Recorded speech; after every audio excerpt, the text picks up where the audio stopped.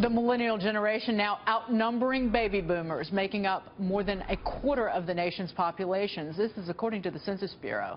And Pew Research is showing that millennials also now make up the largest percentage of the U.S. workforce.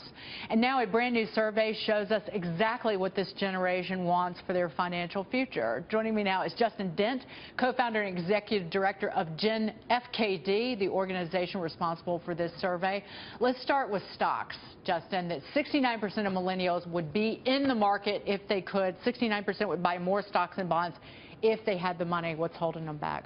You know, it's just a lack of capital. And I hear a lot of people complain that millennials just don't have the confidence in the market, or they're different from their parents and just don't understand how the market works enough to really invest. What we've seen, both through this survey and some of our work on campus, is that if there was slightly more disposable income for millennials, they'd be happy to invest. They have the confidence in the market, they know how the market works, but they really just don't feel financially comfortable enough to start investing. And in terms of investing, do they have a general interest in the way that markets work? Do they have a general interest in really understanding stocks and debt?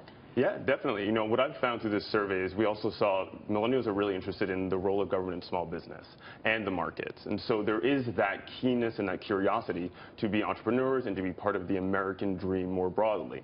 That being said, American millennials want to invest. They want to feel like they're part of the market, and they really have a traditional idea of the American dream.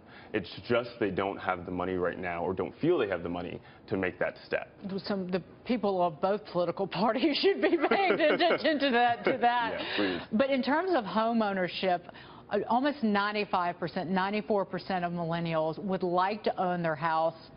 And most of them, about three-quarters in the survey, were looking to the suburbs. Yeah. We were talking in the break. How surprising is this to you? It was really surprising. Listen, you know, I'm a city kid. I was born and raised in New York, like we were talking about. Most of my friends. And you still live here. And I still live here. I'm not moving to suburbs yet, right?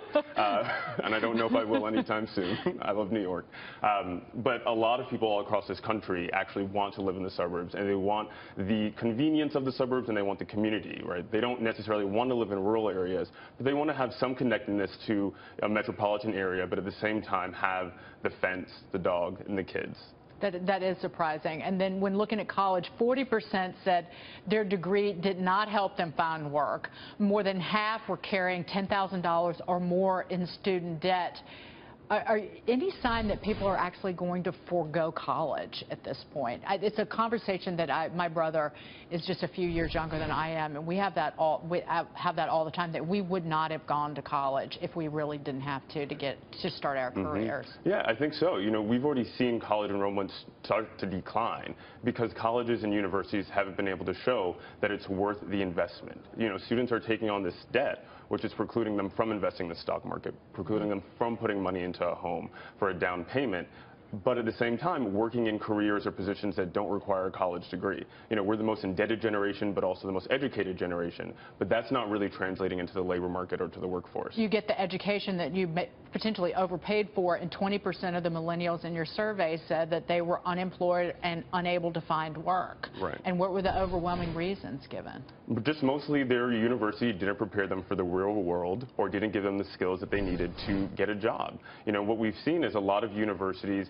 you know, will show you their employment rate 6 months after students graduate. But that's usually a cop-out in a lot of ways, because by that time, the student may have taken a job as a barista at Starbucks. And that's no problem for a starter job, but that's not why you went to university or why you took on upwards of $10,000 in debt. I had an interesting conversation with a family member of mine who's a teenager and is looking at schools, wants to dance at the college level, but one of the colleges that she was looking at really wants to, it's dance and STEM. They're pushing science and math in addition to dance, that they were really trying to keep these women. It's largely a female college, and I just thought that was a really fascinating to look at it. So the colleges are cognizant of trying to better train these young people, particularly ones who are going to pay $200,000 to go to school there. Right, and they have to be now, because you know, you have companies like Google, Apple, and IBM that now don't require a college degree to work for them. And these are the top companies that millennials want to work for.